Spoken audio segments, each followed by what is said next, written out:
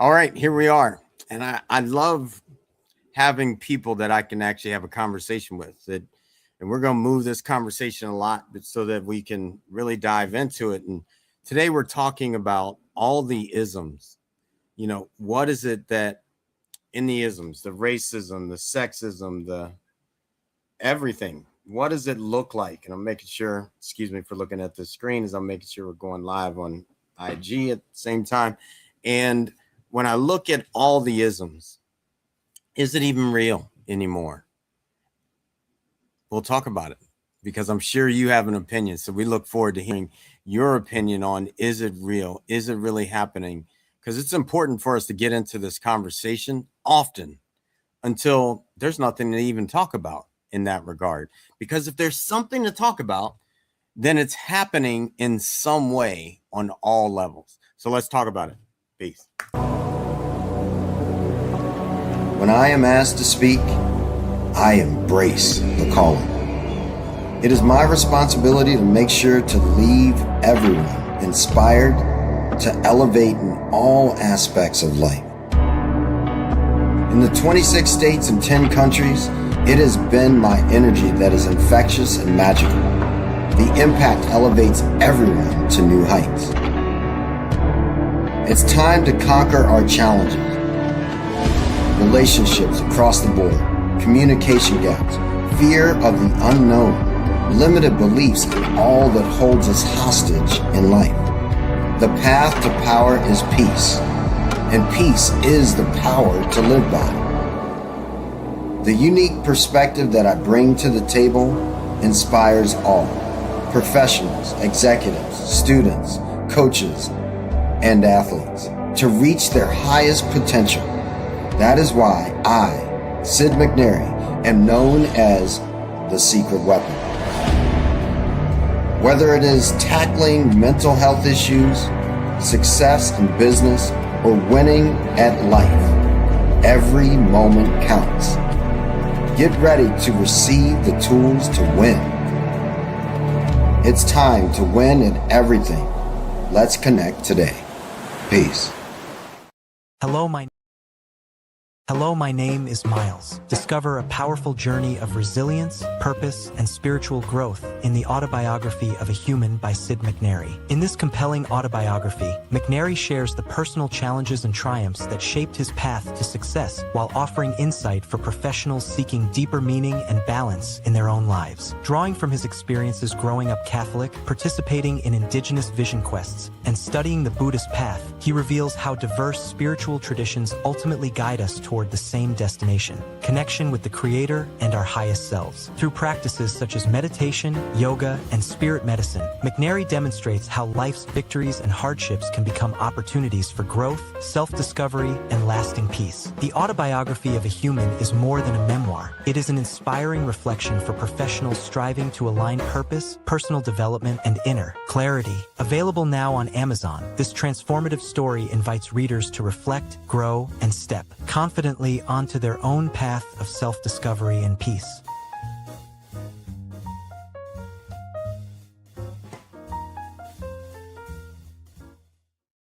All righty. Welcome, everybody, and excited for this conversation. If you all only knew how much I do in those two little infomercials, whoo, I tell you what, I shared out this thing over many platforms. I had to text my HVAC guy to let him know the door's unlocked. So hopefully he can just get that message and come on in and fix this. Man, it's blazing in here. I got baptized on Sunday and it stopped when we got back. And I swear, I feel like that little guy that wants people not to get baptized has got me living in hell. It's hot than a mug in here. So, I'm ready for it. Let's get into this conversation. So welcome, Dr. Vibe, Chris. What's up, fellas? How you doing? We're doing good. We're doing good. If I was doing any better, I'd be twins. Oh, I thought you were going to say you'd be me. But hey. I'd be Sid McNary. Yeah, that's awesome, man. I'm glad that you enjoy being yourself. Yeah, I was just doing a podcast on that last night it's a 3-part podcast. It was about self-sabotage, identity, what comprises our identity, how our identity comes about. And then last night was about how we shift our identity and how we have a death of our old identity and things of that nature. And it was really, part of it was about being authentic and just being you and just free falling into that and trusting in that, as opposed to, like, for me, example, I was very prescriptive in the way I was in order to cater to you and to cater to you. And like, I was very successful in that respect, but I wasn't congruent with who I was. And when I decided to change that, my whole trajectory changed. So yeah, definitely be us. The world needs us. Yeah, absolutely. Absolutely.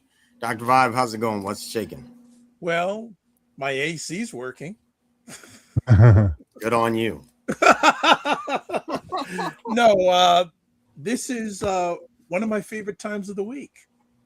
Hang out with fellow brothers here. Especially like hanging out with Chris and yourself. Not to say any of the others, but it's always good to meet new people, and meeting all the other gentlemen that are involved in this, whether they're showing up or not. It's, as I say, it's a get to. Hey, Coach Hightower, it's a get to, not a got to, right? So as I challenge men, as long as it's positive, try to get to things in life, even if it's for 5 minutes, right? It's a get to, not a got to. So excited to be here and hang out, and we got another fun conversation topic today. Oh, just call them in. Call them in. They're coming one by one. Oh, wow. No, oh, did you see? Tony the Tiger. What's up? Whoa, as Peter Gabriel said, oh, here comes the flood. Right on. I was having some tech issues this morning, so I wasn't able to get in here on time. But yeah, so you're still on my phone. I'm trying to get you on my laptop because my desktop just went a little haywire this morning. But anyway, we're live. We're not going to talk about that. Good to see you guys. Good to see you too. Likewise, Tony. So Sid? Yeah. All right. So here's the conversation. I'm trying to figure out why I've got these multiple angles, but I don't know what's going on. All right. So, and I'm hot. Like, it's hot in this joint. Like, it is. I live in Florida. It is hotter in here than it is outside. Right now. We really screwed up housing, right? Like, seriously, like back in the day, they didn't have AC and they could live in their house and feel cool. We screwed up housing that my house is hotter than outside and I'm in Florida. That's a problem. Like, really, and that humidity, man, that's the worst, is when it's humid. And look, literally both walls, complete windows. So, it's just not moving the air enough for me. So anyway, all right. Yes, I'm probably sweating under here. You won't see it because I got a hat on and I've got on this white shirt. You need a bandana. That's why I wear it. Can't see me sweat. Right. I get it. I sometimes wear that when I am what do you call it? Teaching yoga. So I don't now partially. So I don't, if it's really hot in the room, and sometimes we keep it like 98 degrees or hotter, then I'm assisting people. I'm not trying to just be sweating buckets on them because I don't have hair to stop my sweat. So there's that. But yeah, let's get into this real conversation. So we're talking about the isms, and I have a friend. I have many friends, and somehow I lost one friend just now. Tony dropped. The tech issues. Right. He's all into tech. And so I'm waiting to see his face on there. Maybe this is it. All right, cool. All right, he's back. So I got Ben to his wedding. We're friends, and I'm okay having this conversation because I know him. Right. So I know that he's not just saying, no, there's no such thing as racism just because he wants to be a jerk, because that's not it at all. I'm 100 on that. And we have this conversation because I'm okay having it, because I'm really clear on where I stand. It's not going to rattle. I'm not going to get upset. It's just okay. Like, is there racism? So I even went down because I wanted to make sure I was on earth with this. So my neighbor he's a fisherman. He's from Florida. He's awesome. Great guy. So I went down and I was leaving and I said, hey, hold up. I got to talk to you, man. you're a country boy. Like, straight up, I got to hear what you got to say on this. I just got a question. And I'm pretty sure how you're going to answer it. Otherwise, I might have a real problem. I said, is there racism? He said, absolutely. Absolutely. Yes, there's racism. And there's racism, and we all have biases on every side. Absolutely. Now, here's the difference. When I say racism, it's not just a bias. It is a operating system, especially here in the US, but it's global. It's an operating system that Hitler studied in order to create Nazi Germany. Imagine that. Hitler studied slavery and racism in America to create the system of Nazi Germany. So is there racism? Absolutely. Is it alive today? Yes, 100%. How would I even say that? And I'm going to give you an easy example. There's a young lady that scored 1,600 points. She's a point guard, person with brown skin, point guard at University of Texas. Every stat, 6 stats, nobody in the history, including Caitlin Clark, did what this young lady did across the board. She got not a single nomination for All-American. Never. Now, you tell me there's something different than we don't like this person for a reason, and it ain't because she plays basketball well or not. Then we can go deeper. You got loans, how do loans happen in the U.S.? And some people would say, well, these people have bad credit score. How do you think the credit score was created in the first place? Like, let's get real about it. You got to look at the whole thing. And so for me, I'm okay with the conversation, and I'm okay with the fact that people say these things that are ridiculous. Oh, people are playing victim. No, let's get real about this, because actually on 3 sides of the 4, right? When I say this, of my family tree, mom, dad, their moms and dads, and go. We own 3 plantations. So let's get real about it. I'm not talking. Most people look at me, but they assume just because they look at me that I have a problem in America because they look at me that way. And I waited a year before I told this person, hey man, I actually probably have way more privileges than you ever can imagine in your life, because I've been there. So I've just sat and watched. I've been that person, the only single person in every class that looked like me all the way through college, in every class, because my mom was a calculus teacher. What did that mean? Unfortunately for me, or fortunate, depends on how you look at it, 8th grade on, I was doing calculus and there was nobody that looked like me in there. That's it. Like, so then when I went to Purdue, 2% black on 100,000 people, university, 2%. You all can do the math. So when I first got there, and every time I pass a black guy, anybody, they say, hey, what's up, man? And they would say it almost like they were pissed. And I was like, shit, I'm from DC. I sat down in the cafeteria with one of the football players, and I was like, yo, bro, is everybody freaking hitting you up with this? What's up, man? He's like, yeah, what's wrong with you? What you mean? I said, I don't know, man. I feel like I got to fight everybody on campus, and they're black. And he's like, no, that's them saying hi, because there ain't very many of us. Like, that's real. That wasn't that long ago. I'm not that old.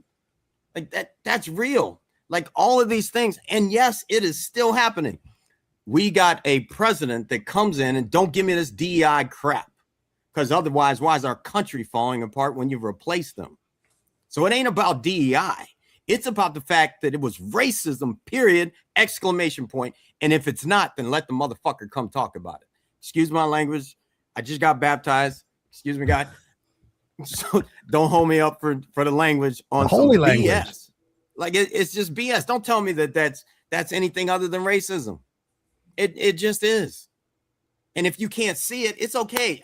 I'm cool letting you be ignorant and understand. But understand, I'm going to sit here and I'm going to take the time. If I love you enough, I'll take the time to help make sure you're educated on the fact that this still happens.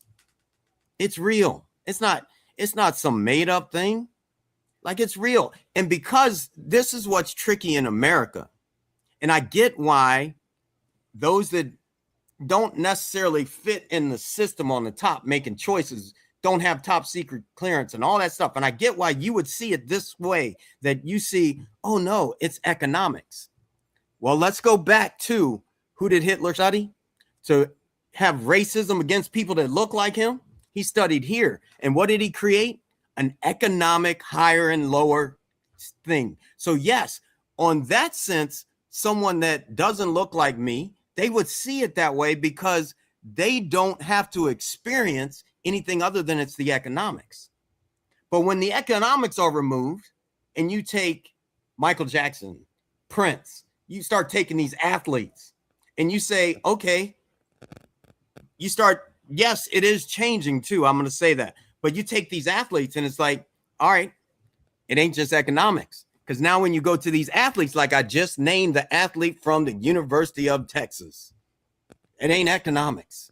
Because in America, what happens is, because it's real, because it is happening, when it comes up, if it isn't on economics, it reverses quickly, but you don't see it. You don't understand it, because I don't care who is in here.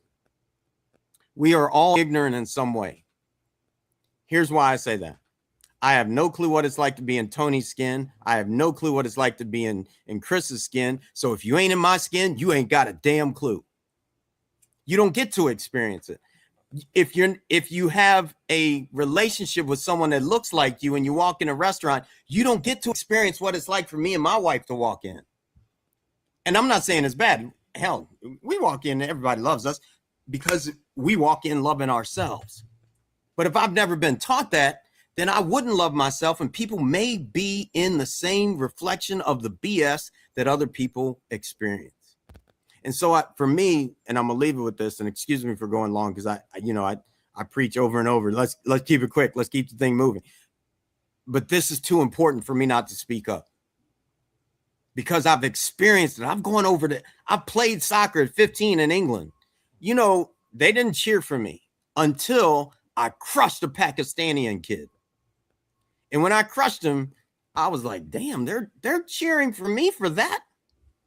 And so I picked him up and said, hey, bro, this ain't that. This is me playing a game. This isn't me being these racist fools running around here wanting to come get you. They got fences up to keep them out. I'm 15. That's BS. Stop it. 99% of everything in me is made up in all of us. That 1% is what makes up skin color. And guess what? My grandfather, not as dark as my hat, but closer than I am to my hat. And he was on the census as mulatto. And if you don't know what mulatto is, that is mixed. But yet he was that dark. Because if you're actually that dark, black has all colors. This hat has every color. It gets so diluted with color, it becomes this black. If you're white, you barely have color. You've been so removed from the actual original, all colors, that you look white. And if you still tan, you are blessed because you have melanin. And that is God's gift. So for all the people listening, if you think you're experiencing racism and you look in the mirror and you are dark skinned, say thank you to God, because it just protected you. That's real talk. Like, why do black people have people of dark color or dark hot countries have curly hair? Because the coils in the hair help protect them. If you grew up in a cold environment, your hair gets straight. You ain't need no protection from the sun. It was probably better off being around your face like you had on a mask. Like, people, God created all these things, all these colors, all of us, for a reason, for the beautifulness of each and every person underneath the rainbow. Amen. And I'm gonna end it with that. All right, what y'all got?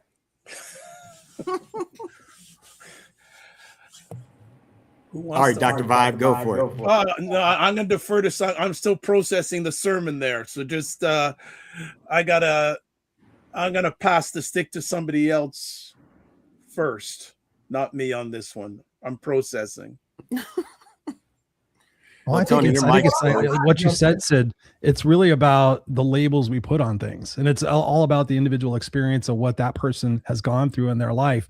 I have met tons and tons of people throughout my life in all walks of life, from religions and sexual orientations and ethnicities, all the different labels you want to put on it.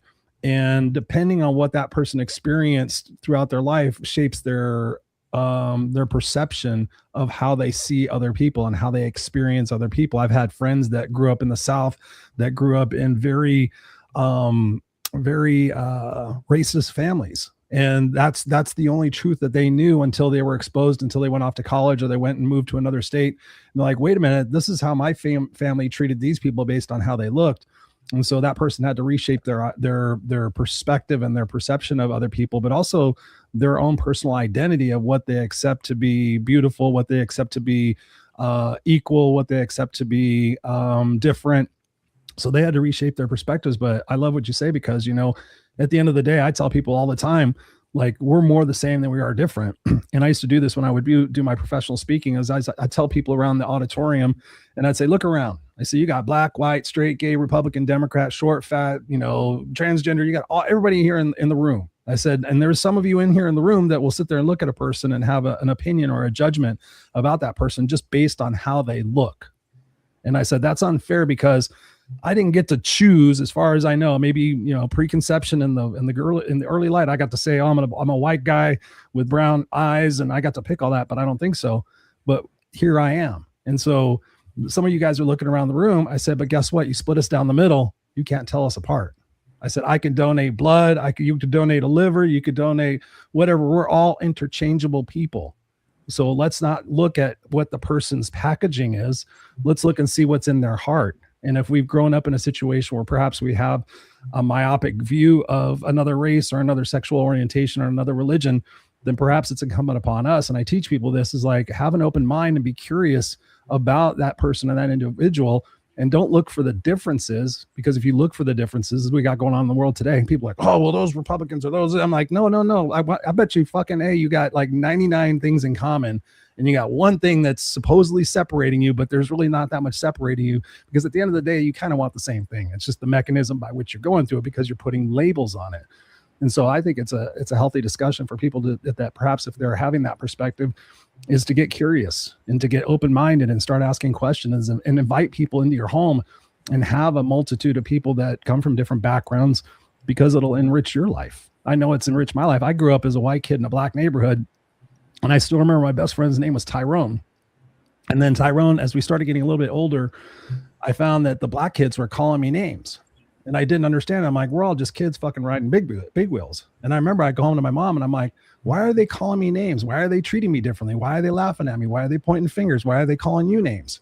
And that's when she really kind of had to explain racism and judgment. And she goes, you know, just because of the difference of our color of our skin doesn't make us different people. So you don't need to listen to them. That's the conditioning. That's what they're seeing in their particular journey. And so it was, it really fired me up about life and how we are more the same than we are different. All right, is my mic on now? Yeah. All right, so this is obviously a hot topic. I agree with Chris on some of the things that he says, but we also got to be aware that, you know, you don't just invite people into your house, because we're seeing that across this country, we're seeing that across Europe, we're seeing it across a lot of different places, that not everybody's going to gel. So you got to be careful. You can't just be like, oh yeah, I want to learn more about your community coming into my house. That doesn't really work that way either. So, you know, I'll just temper, and I know what you mean, Chris, but I'm just going to temper that by saying that for the people that are listening. They're like, what the heck? What are we just going to inviting people in? No, you can't, because in certain places, you know, you invite the people in, before you know it, now they live in your house, and the owner of the house is stuffed in a closet somewhere. So be smart about it, because we do have to be aware that there are people out there that are very different than us. Our cultures are very different. The way we communicate is very different as well. So you've got to kind of balance that out. And I'm just saying that kind of as a PSA, so to speak, because it isn't as much as like, oh, they're different, let me invite them into my house to see if we get along. No, just again, use your head. You know, I love the saying that follow your heart, but take your brain with you. So it's important to do that, because there's a lot of people that are no longer here because you're a quote guy. I just want to give they were a you little too open. You're a quote guy, so I'm gonna give you this quote from Bob Marley. If you have to lock your door, that's your fault.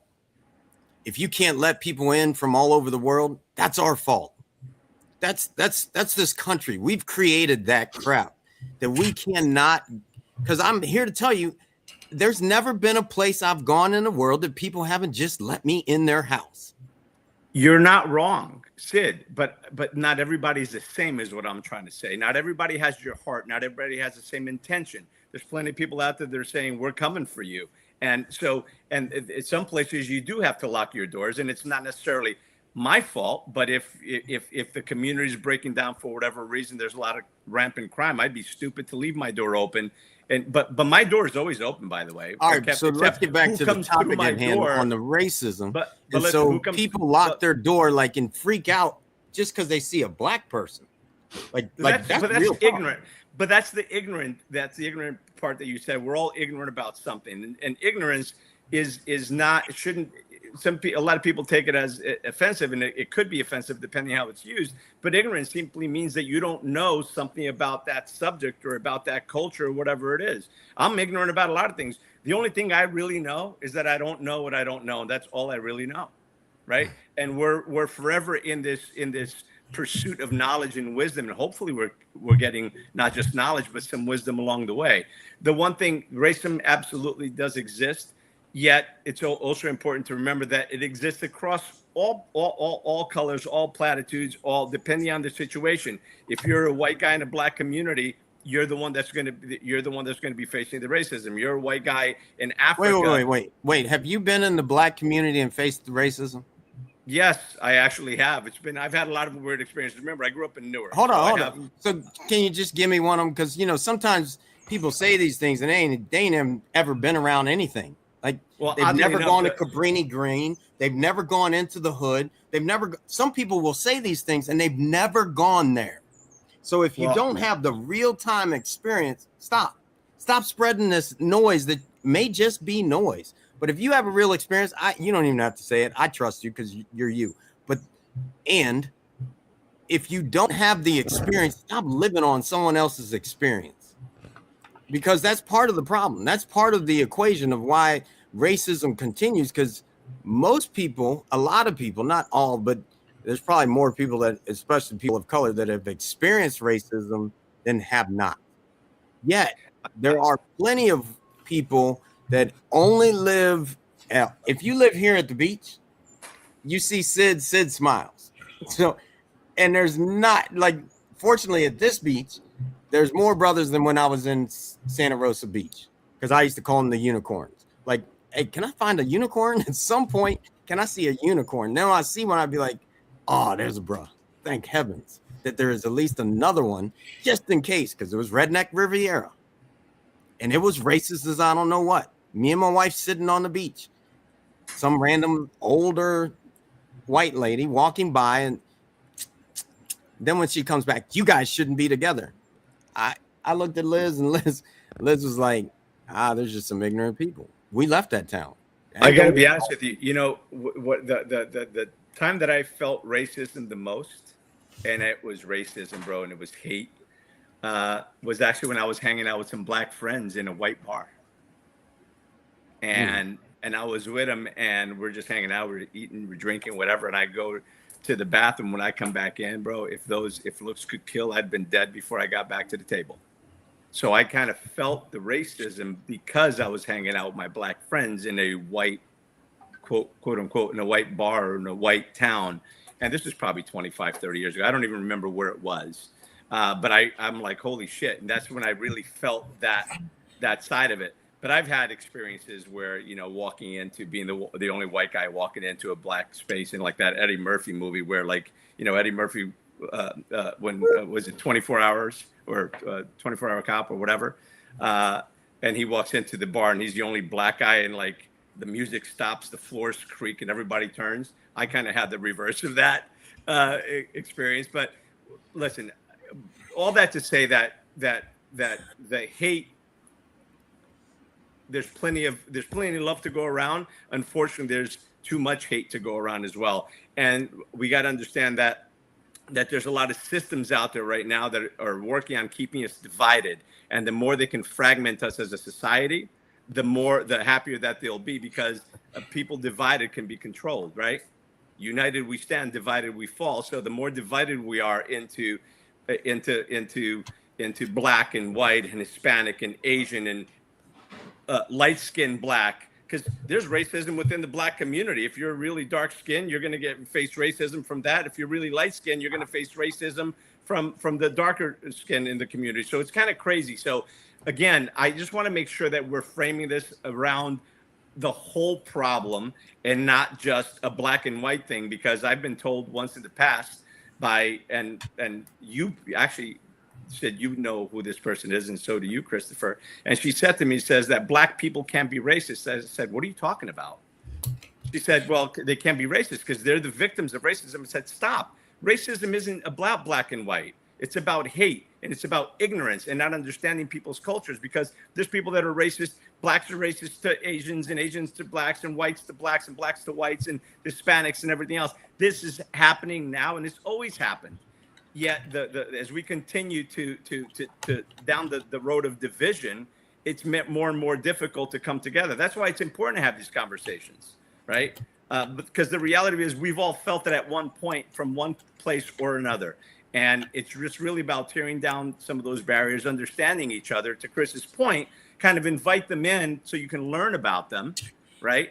At the same time, again, do that intelligently, I guess. But again, the isms are a problem. And I think that there's too many isms right now. Sexism and this ism and feminism and this ism and that ism. I think half of those isms are already kind of done anyway, because there's way too much going on. And we just need to, at the same time, kind of grow out of it and understand that we're all one. We're all a little different. And that's what makes the world go round. That's what makes the magic of the world, that we are all a little different, because the world would be boring as shit if we all looked exactly the same, sounded the same, walked the same, talked the same.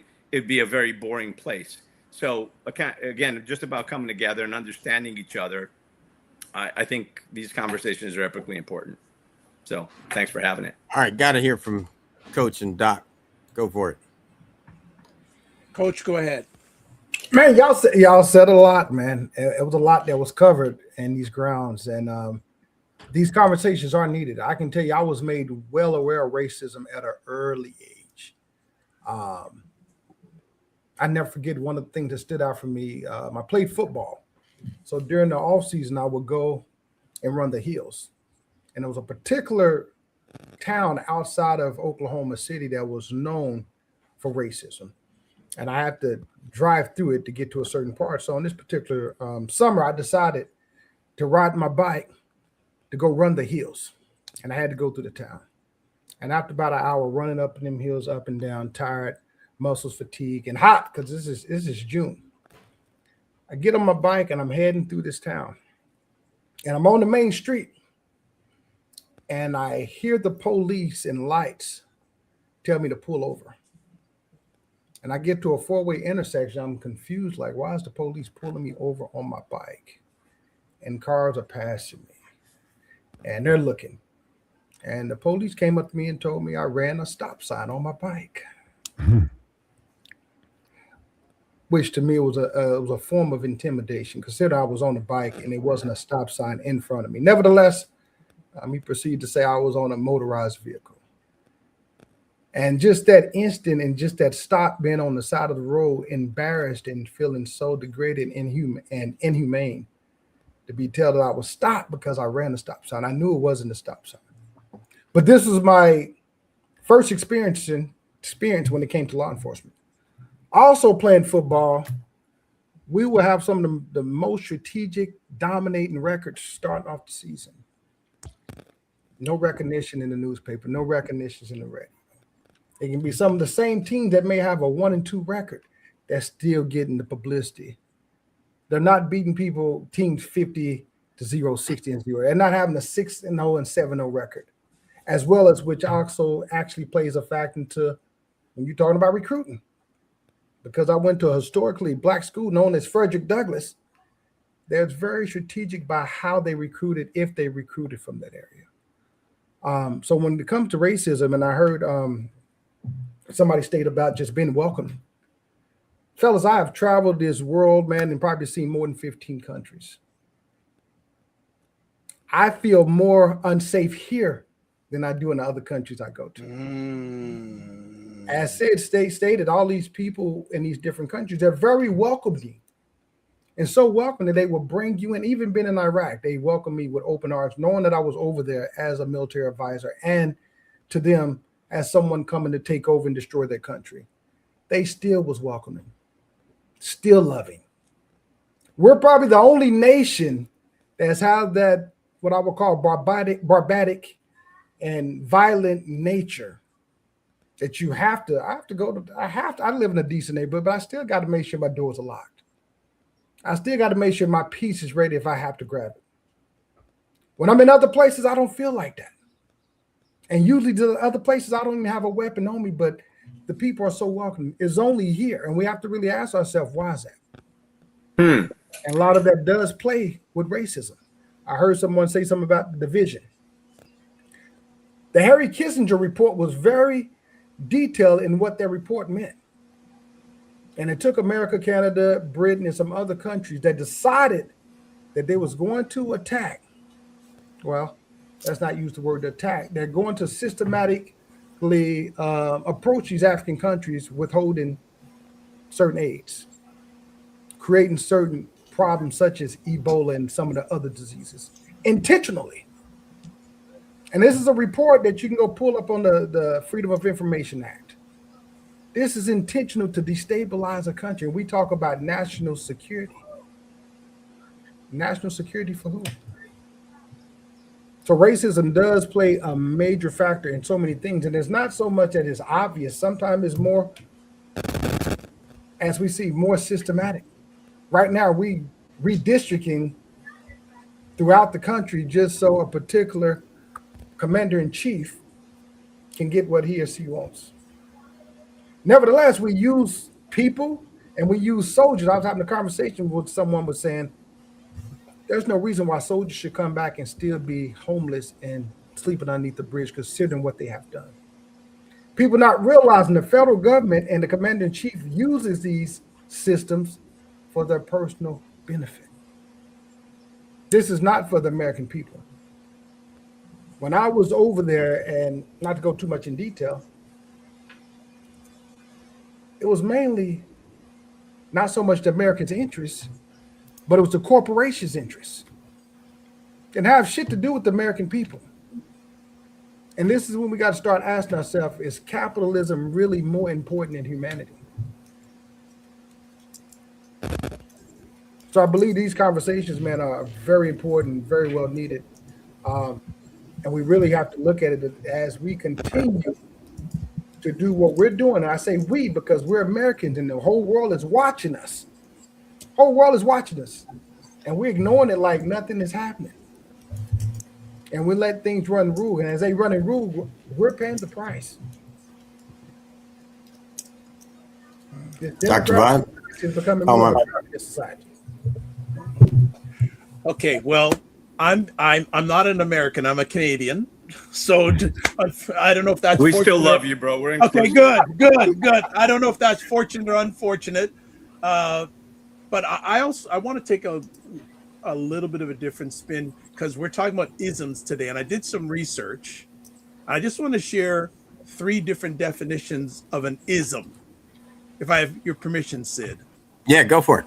So the first one says an ism is a system of beliefs, attitudes, or practices that shapes how people are treated, often in ways that create advantage for some and disadvantage for others. Then there's another definition. An ism is a pattern or system that influences how people see, value, and treat each other. And then finally, isms are beliefs and structures that normalize unfair treatment and unequal power. So for me, we all have isms, every one of us. I think the first thing that's important that admitting that we have them. Because a lot of people say, I ain't this, I ain't sexist, I ain't racist. Well, you are something, right? You are something. And especially in the world that we live in today, too many people are looking the differences in other people instead of what we have in common with each other. Right?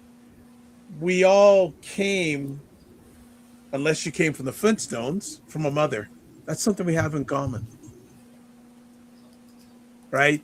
We have differences among this panel. We all have our own isms, but we're still together. So I look at this ism thing, like, you know, about racism. Hey, the last time someone called me the N-word, I'll never forget it. It was the day that was in 6th grade. It was the day of our Christmas party. A guy tried to beat me up. I still remember his name, Carlos Teixeira. I beat the crap out of him, and he got into trouble because of his racism. Damn it, it had to be a Portuguese guy. Well, look, believe it or not, growing up, some of our closest friends were Portuguese. Lamero, that was their name. The Lamero family. I think that many of us got to start, again, admitting that we have isms. That's the most important thing. And when these isms come up, we've got to find a way, especially when they're negative isms, to eliminate them or discuss them then with others. And how can I get rid of this ism? Because when you have these negative isms, it not only holds you back, it holds others back. I'm complete right there. So if I can just add, I think one of the things that's adding to the isms right now, and I mentioned it in the chat, and I know that Sid, you don't completely agree. I think that a big problem that we're having in the Western society, Western cultures in particular, but not everywhere, is the fact that we're not upholding our laws. And we're letting people run rampant and do whatever the hell they want. You can go into a store, steal $1,000 worth of stuff, and you're not going to get arrested because it's underneath the threshold. You have people, you know, Sid, I know I shared this with you as kind of a funny thing where, you know, mother-daughter got arrested because they had $1,500 worth of stuff. They said, no, it was on 40% discount sale, so they're under 1,000. Says, no, you don't get the freaking discount when you steal. So they both got arrested. What's the safest country in the world right now? Arguably. It's Singapore. Well, in Singapore, I just read an article where these two American women were there, went in to get their nails done in the shop, and they decided that they were just going to take off and not pay. Guess who's spending 2.5 years in prison? For doing their nails. Why? Because it's a lack of respect and lack of accountability.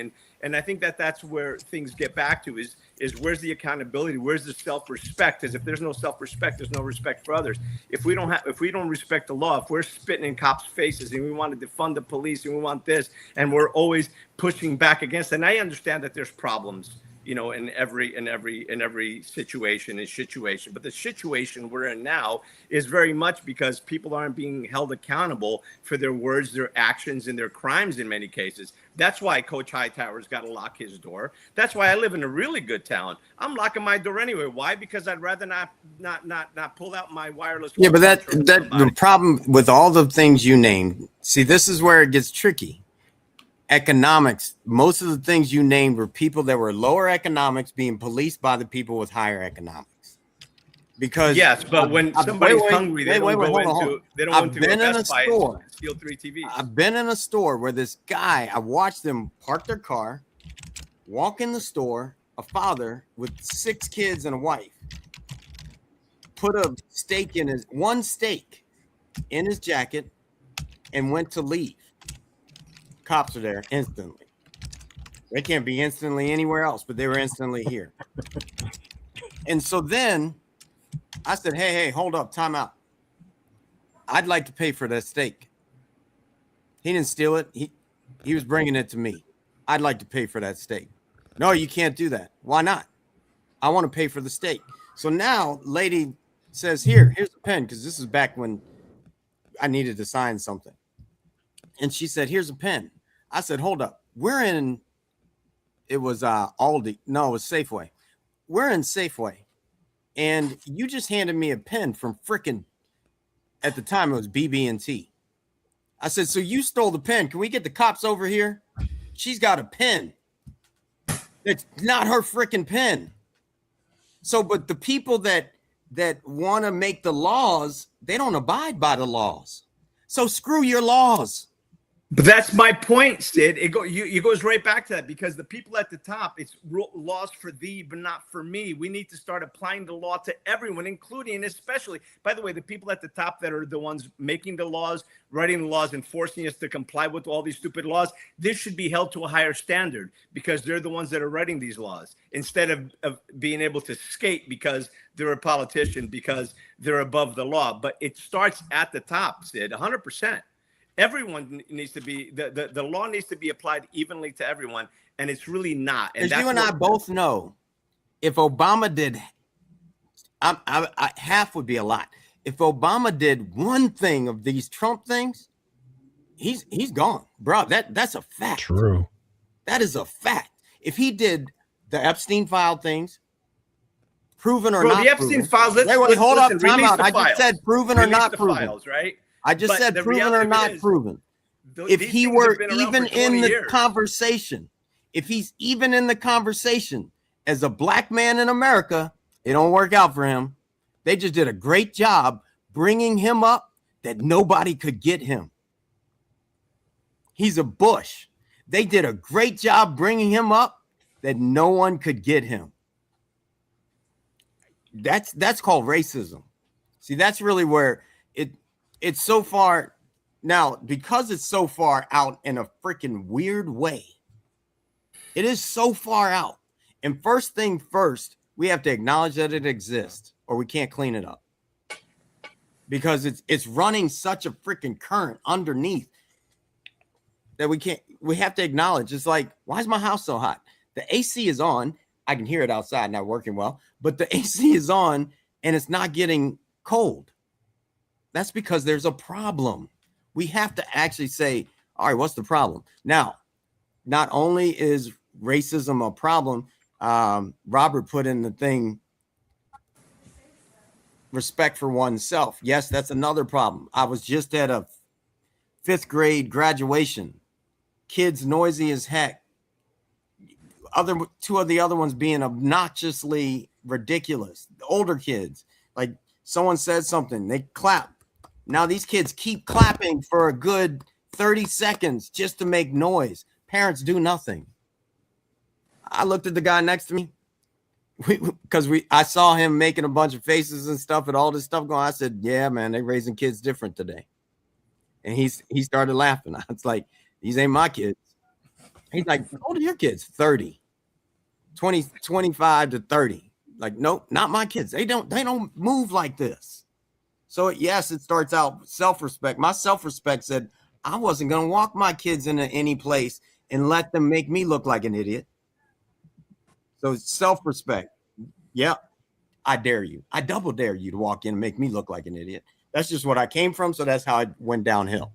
Like that's real. So it's amazing. So when I look at it like solution, here's one, conversation. Here's the second one, acknowledging that it actually exists. Third one, start doing something about it, which for me looks like if you really get it, it's time for us to go get the people at the top. 100%. Again, hold the lawmakers accountable, even more accountable than, again, I say it again, the people that are upholding the law, the police all the way on up should be held to a higher standard, not to a lower standard. And we need to start applying the laws on the books. We don't need any more laws, by the way. We don't need another freaking letter written into our laws or the tax code. We need to probably take out some of those stupid antiquated laws that still exist throughout certain parts of this country that still represent racism and everything else. We need to get rid of laws, not add new laws. Correct. But we actually need to start enforcing the laws. You know what? It's the whole broken window theory. If you let somebody walk out, by the way, the whole shoplifting thing, you know how many videos I've seen of not black guys, white guys going into Home Depot and wheeling out all the Milwaukee stuff and DeWalt stuff and then going to a pawn shop and selling it. Well, that guy got busted, so did the pawn shop. But the point is, people are doing this with impunity. And until we start enforcing laws, oh, they broke into your house, you shouldn't have shot him. No, they broke into your house, they should be shot. Right? Oh, he was just this. I don't care. You're coming into my property. I lock my door. Why? Because I'd rather not have to shoot somebody. I'd rather warn them at the door. Again, not in that neighborhood. But the point is, we shouldn't have to lock our doors, but we do, because there's always somebody out there that hasn't worked for their shit, that thinks that they're entitled to taking your stuff. And there's people doing it and not getting held accountable for it. So then it just continues to propagate. And that's not a black and white thing. That's across the board with everyone. You let people get away with shit, and there's just, you give a finger, they take a hand. You let them take the hand, they take the arm. You let them take the arm, you're done. And right now, they've already got our arm. And that's why there's people cold cocking 75, 80-year-olds, ladies on the street, and nothing happens to them. There was a guy that lately had a bunch of porn and a bunch of other. Now we got to be careful with what we bring into this, because there's AI. He was facing 60 years in prison.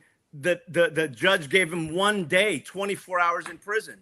This is a problem. We need to get rid of activist judges, and we need to start enforcing our laws. That's where we start the healing. That's where we start even fixing the isms, because the whole ism, I mean, what do people say all the time? Well, usual suspects. Well, let's stop that shit and start enforcing laws and holding people accountable for their actions. And maybe we won't have as much of this crime and as many reasons. Because, by the way, this guy right here, I was a racist kid growing up. You know why? Because I grew up in Newark, and every time I got jumped in high school or on the way to school, or every time I got jumped, is always a couple of black guys or a Puerto Rican guy, whatever. So I grew up with that.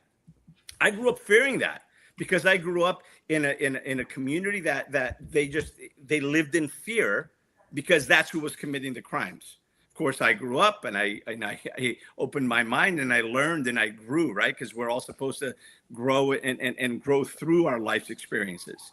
So I'm no longer to me, that's not growing up with racism. But I was that's the victim growing up. Of hold on. You got to get some space here. Tony. I don't know. I can't hear Sid, but I see him. Can you all hear me? You guys can't hear me. All right. You guys hear me? Yeah. Yeah, we can hear you. I don't know why you can't hear us or me. But you were on a. Dude, did I lose my mic again? No, I muted you on purpose.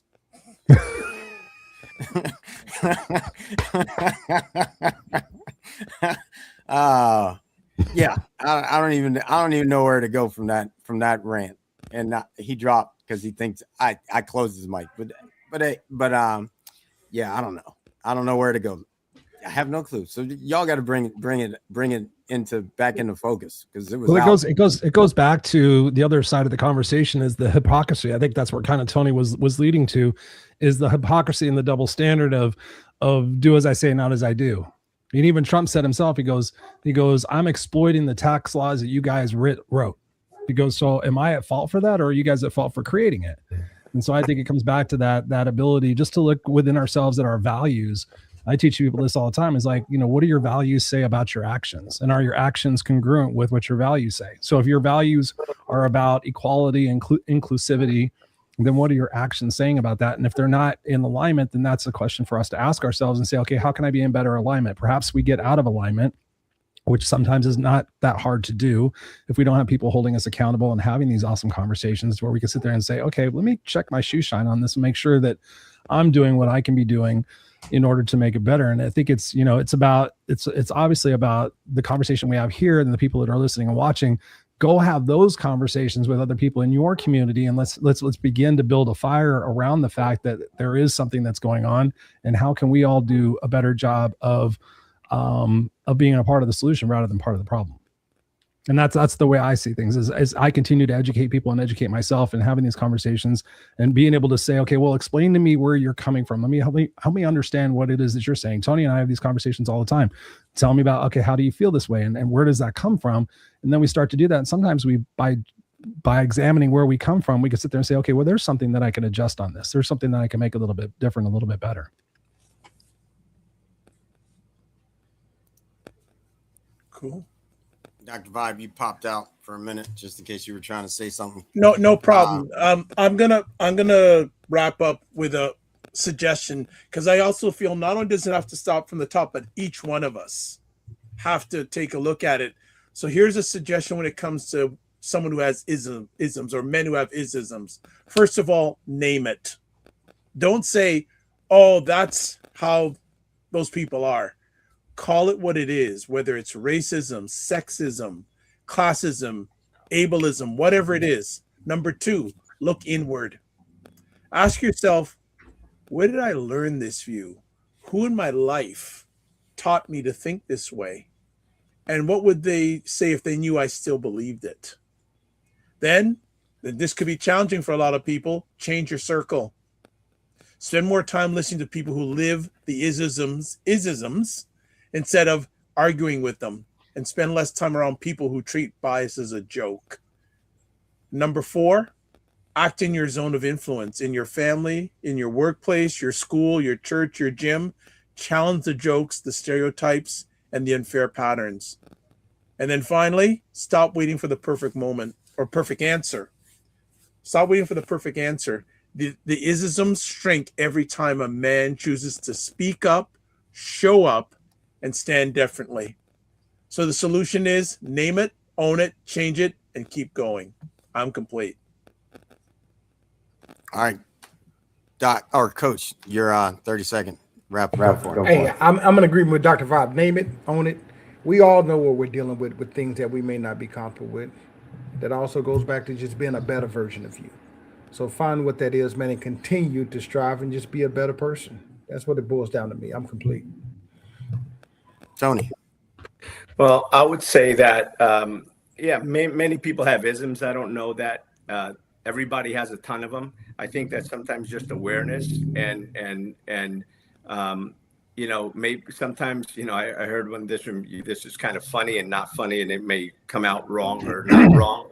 And it was somebody that says, listen, I prefer, rather racism, I prefer statistician, right? Just like you shouldn't be patting down little old ladies in wheelchairs after 9/11 just because you got to check everyone. If it's just the redheads with freckles that are blowing shit up, that's who you need to check. Stop trying to make everybody feel good by checking people that don't fit the demographic. I think that profiling to a certain extent is an important part of policing, everywhere. And that's not a black and white thing. That's just what it is. If you're looking for a white guy that broke into a house, you're not going to pull over the black guy looking for the white guy, right? And vice versa. I think that in a lot of ways, we need to accept people, and this applies for different things in our life, not necessarily to the ism thing, but accept people for who they are, know who they are. When they see who they are, accept them for that. Just put them where they belong. Don't put them where they don't belong. Don't put them next to you if they're not a good person, if they're a racist prick, or if they're, this or that. Don't have them near you. I mean, I know people that are like that in my life. I just distance myself. I don't want to be around that. I don't want to be around negativity. I don't want to be around somebody that's a radical left or radical right. I don't want you in my life. I just rather not deal with that. So I think we all need to just make decisions and take responsibility for our own choices, of the people that we're surrounding ourselves with, and our own actions and our own words, and how we choose to walk this life. And just remember that you can't leave lasting footprints if you tiptoe through life. Coach, we're coming to you. So why are you turning your camera off? What the?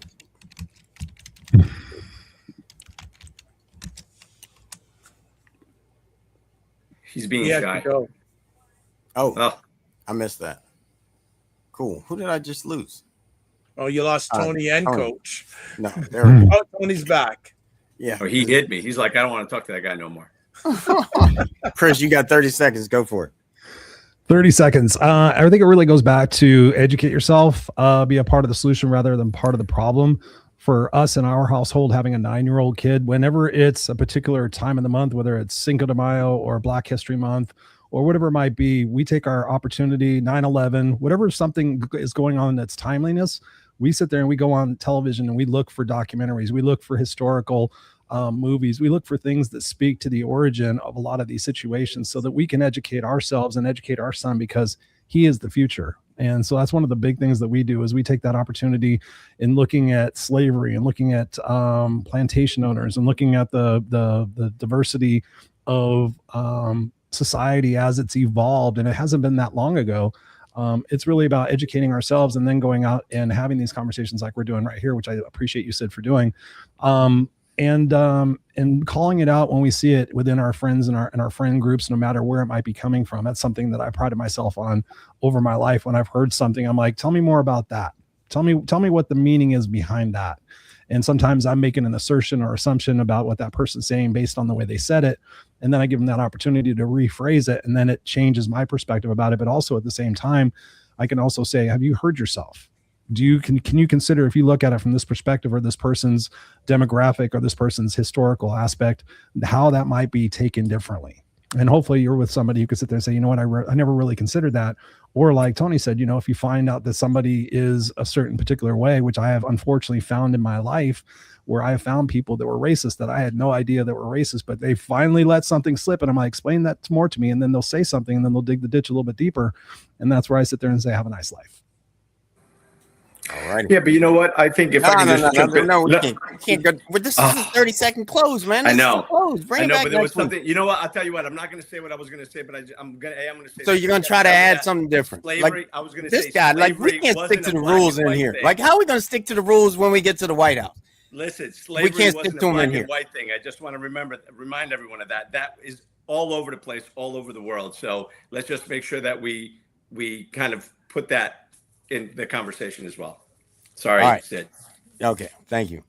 And thank you all for being here. I mean, what I love, no matter what, like we had multiple looking people in here and we had a conversation that we're still friends when we leave on on one of the isms. Like really, it should be that way. And we should be enlightened on some level, all of us, no matter what it is. And so thank you for that. And my close up, I'm gonna give you this story because Dr. Vibe said I should tell more stories. So here's the story. You can go look it up. 1700s came over on the ship. And when they came over on the ship from UK, they were white. And the 9th president of the United States, Harrison, who went after before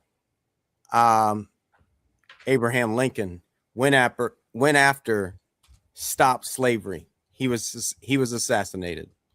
My family that came over are the ones that got him elected, the 9th president. Now here's the story. This is a love story of a plantation owner that when I believe it was his first wife passed, he went across to buy slaves. And he realized the lady sitting there was his wife. So he bought her and the whole tribe and freed them on the land. And then they would go on and I've got a boatload plus of relatives. And so he freed them all. And they would keep making babies until they got to the lightest skinned kid that could be the next plantation owner so that everyone could remain free. So there's a lot of different stories and a lot of different things that happened during some of the most racist, heinous times in this country. That would be slavery in this country. But we have to get honest about it. We have to find the truth and live in the truth and not repeat the past. That's how we move beyond this. We can't hide it. We can't burn up the books. Because guess what? It's still in me. All of it, good, bad, right, or wrong, it's in my DNA. So it will awaken in all of us if we don't know what we are doing. He said when he went to the cross, forgive them, Father, because they don't know what they do. It's time that we know what we do and do something different. Thank you all. Thank you, fellas. It's been a pleasure. I'm grateful for the conversations like this. Let's keep it moving. Have a beautiful week. Peace. I've been at peace for so long. It seems like I've been sitting all alone. Would you know when the crew is coming through? They're the ones that will make anew. Gotta go, gotta flow, gotta choose the truth. We the ones that will raise the roof. Let's roll up and throw down. Let's go and feel the sound. Good vibes, one tribe. Can you feel me now? Be you, be me, be free. Go and take it till we bounce the beat. Take it to the streets, make a move the feet. I can slow it down, look in my eyes now. Just like you two want it fast. Spread them wings and make it last. God was the one to erase the past. Time to bring it forward to see the forecast. Did you hear it? Did you hear it? Lift your dreams and fill the glass. Did you hear it? Did you hear it? Lift your dreams and fill the glass. That was God's broadcast. That was God's broadcast. Time to embrace the peace. Time to embrace the peace. Time to embrace the peace.